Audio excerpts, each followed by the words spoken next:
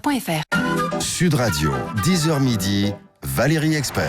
De retour avec vous dans le studio de Sud Radio. Je suis avec Gilles Gansman, évidemment, merci, et Valérie. Sophia Saïdi, notre invitée du jour, pour parler donc de cette série qui sera diffusée ce soir sur France 2.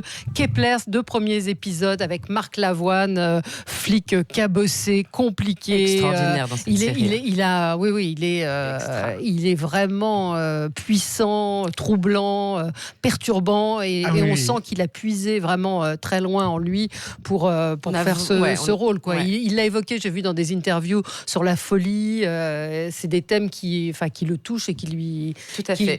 Et donc je pense que c'est un rôle qui lui va très très bien. Oui, puis on va découvrir autre chose, je pense, de lui aussi. Ouais. Il montre un autre visage, et je trouve qu'il est extraordinaire dans cette Alors série. écoutez ce qu'il dit de vous, Marc Lavoine. Maman Sophia est une femme exceptionnelle. Je suis ébloui par son travail. Elle est très vive, elle est très intelligente, très sérieuse. Et en même temps, elle a beaucoup de fantaisie. Ce qui est important quand on travaille ensemble, c'est d'avoir une partie commune, mais aussi une vie privée sur le rôle. L'intimité d'elle avec son personnage, je pense que c'est important qu'elle le garde pour elle. Parce que la surprise est toujours bienvenue sur un plateau. Voilà. Vous êtes bien entendu, vous n'allez pas me dire le contraire de toute façon. Oui, mais c'est pour de vrai. C'est Parce pour que des de fois, vrai. on le dit, mais c'est pas vrai. Comment ça a été tourné, les scènes avec les migrants? Vous avez tourné au Touquet, je crois, entre autres. On a tourné dans mais le les Nord, camps on de s'est migrants, baladé. c'était réellement des camps de migrants? Non, ou pas? non, Non, mais je pose la question que les bien sûr, téléspectateurs peuvent se poser. Oui. Ça aurait pu. Il y a eu un très très gros travail qui a été fait pour monter toutes ces décor. scènes-là. Ouais. Et puis de figurants aussi. Ouais. Beaucoup de figurants, oui. Beaucoup de figurants qui sont tous des acteurs et des figurants. Oui, ça a été très. Ils ont fait un travail extraordinaire. Mhm. On vous a connu chanteuse, vous continuez de chanter. Comment vous aménagez les deux? C'est en fonction des propositions. Le chant, la chanson reste quand même quelque chose qui vous est chevillé au corps. On vous a connu, pour ceux qui s'en souviendraient pas, à la Starac. Ah bon? Oui, alors. Je dis, tout le monde n'est pas un spécialiste de la télévision. Oui, alors la chanson, oui, ça me reste très proche et important. Surtout là, ces derniers temps, parce que je viens de terminer je viens de terminer le spectacle Chicago. Ça m'a vraiment reconnecté à la musique. Alors, il se trouve juste que ces dernières années, j'avais un besoin viscéral de travailler et de rectifier le fait que je n'avais pas fait d'école de comédie. J'ai pas fait les cours Florent, j'ai pas fait. Et on vous l'a reproché, ça? Non, je me le suis reproché toute seule. J'ai pas attendu qu'on le fasse. J'avais un vrai besoin de légitimité, et pour ça, j'ai vraiment travaillé comme une folle ces dernières années avec un coach. Et du coup, ça m'a un peu éloignée de la musique, c'est forcément. Mais je suis ravie d'avoir fait ça parce que grâce à ça, maintenant, j'ai des projets qui me correspondent beaucoup plus en comédie. Mais oui, la musique me donne envie, là. J'ai envie d'y retourner doucement, mais sûrement. Et pourquoi pas dans quelques mois sortir un album. Et pourquoi vous n'avez pas été jusqu'au bout de Chicago? Pourquoi? Parce que Chicago continue jusqu'à fin juin, c'est ça? C'est ça, parce que c'est long. C'est comme déjà 7 mois, et que j'avais envie de continuer les tournages. J'avais envie de pouvoir aussi. 7 mois, c'est quand même un très très beau projet. Puis c'est très très très fatigant. 7 fois par semaine, un spectacle aussi physique et engageant émotionnellement et physiquement.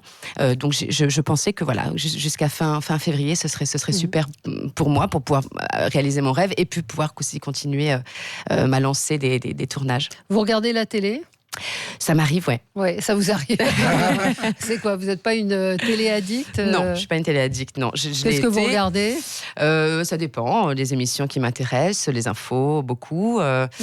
Mais j'ai changé de mode. À l'époque, je rentrais à la maison, puis j'allumais la télé, même en fond. Ouais.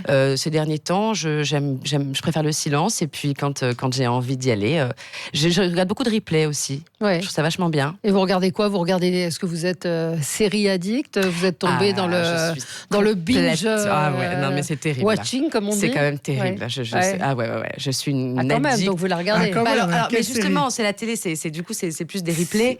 Là, je viens de terminer la deuxième saison de Handmaid's Tale. Allez, la servante écarlate. Oh là là, extraordinaire. Alors, où est-ce que vous la regardez, la télé? On a plein de questions sur votre manière. Vous la regardez où? Je la regarde sur des plateformes aussi. Oui, non, mais dans votre lit, série sur un écran, sur votre ordi Alors, quand je les regarde, je suis plutôt classique. Je les regarde sur ma télé. Sur votre télé. Ouais, je suis pas très sur le téléphone. J'ai du mal à regarder des trucs sur le téléphone. Ouais. Votre première télé, c'était quand? Ma première télé, hors Starac, vous voulez dire? Oui. Ouais, 2003, je pense, 2004. Ça devait être peut-être même chez Thierry Ardisson. Ah oui? Ouais. Et c'était quoi? C'était sur l'émission de l'époque. Et c'était. Et pourquoi vous aviez été invité? C'était mon premier album. Votre premier album, d'accord. Donc c'était. Ça date. Et vous vous en souvenez très bien? Je m'en souviens très très bien. Oui, d'ailleurs, il me l'a rappelé parce que j'étais chez Thierry il y a quelques jours pour Chicago. Il m'a rappelé de cette aventure assez folle de ma première émission, un peu traumatisante. Tout ça reste un bon souvenir, la Starac, ces moments-là? Oui, maintenant oui, parce que j'ai pris beaucoup de recul, j'ai beaucoup travaillé sur moi, mais c'est quand même un raz-de-marée assez dingue. Il faut, je pense que pour utiliser ça dans la meilleure manière, on va dire, et puis pour s'en sortir, il faut vraiment avoir de bonnes bases, une bonne éducation, de belles valeurs et un bel entourage. Vous pensez que ça peut détruire la télé-réalité ou ce genre de télé à une personne? Ah mais je pense pas, j'en suis certaine. Ça bouleverse, ça chamboule, surtout des émissions comme ça où finalement aujourd'hui qu'on ne voit plus trop, il n'y a plus d'émissions qui starifient autant les candidats aujourd'hui c'est The Voice, c'est beaucoup moins fort qu'à l'époque, on a oublié, mais à l'époque c'était on a oublié. Il y avait une quotidienne, il y avait l'enfermement, il y avait l'enfermement, il y avait la starification de ces jeunes qui faisaient ces émissions-là, on devenait des stars au bout de 5 minutes quoi, sans avoir rien fait d'autre que de passer à la télé et de chanter.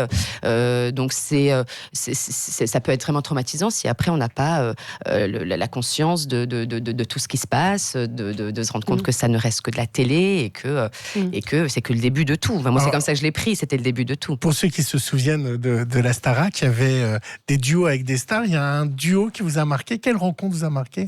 Sans hésiter, Sting. Vous avez chanté avec Sting. C'est pas mal, oui. J'ai chanté avec Sting au bout du troisième prime, donc à 19 ans, complètement pétrifié. Et l'histoire, je vous la fais en 2 secondes, c'est que... il vous a rappelé après je n'oublierai jamais cette histoire. Je devais chanter Roxane, et 3 jours avant le prime, la production me dit, on a un problème, on ne sait pas quelle version il veut faire. Donc apprends les paroles et tu chanteras avec lui sur place. Je dis, attendez, vous n'avez pas compris. Non, j'ai besoin de savoir exactement pour pouvoir répéter, pour pouvoir travailler. Et du coup, je suis arrivée le jour du prime en direct devant 10 millions, parce qu'à l'époque c'était 10 millions. 10 millions de personnes, chaque prime. Et Sting me regarde et il me dit, il avait une petite guitare tout seul, et il me dit en français, parce qu'il parle très bien français, il me dit, ne t'inquiète pas, suis-moi. Alors là, vous êtes laissé faire. Oui, ça s'est très bien passé, mais bon, ça a été assez traumatisant à 19 ans. Je venais de commencer et de me dire en direct devant 10 millions, je vais suivre Sting.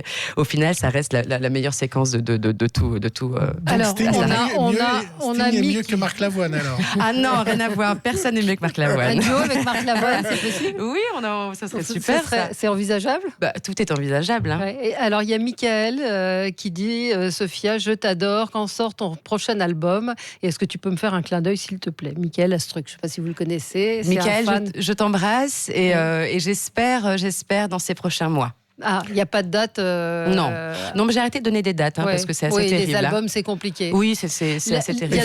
Valérie, il faut dire que moi, j'ai annoncé l'émission sur Twitter et c'est assez rare qu'il y ait aussi autant de buzz. Vous avez une base de fans assez incroyable. Je dois avoir les meilleurs fans du monde. Ah oui, mais c'est assez étonnant. Parce qu'ils sont extraordinaires, ils me suivent depuis le début.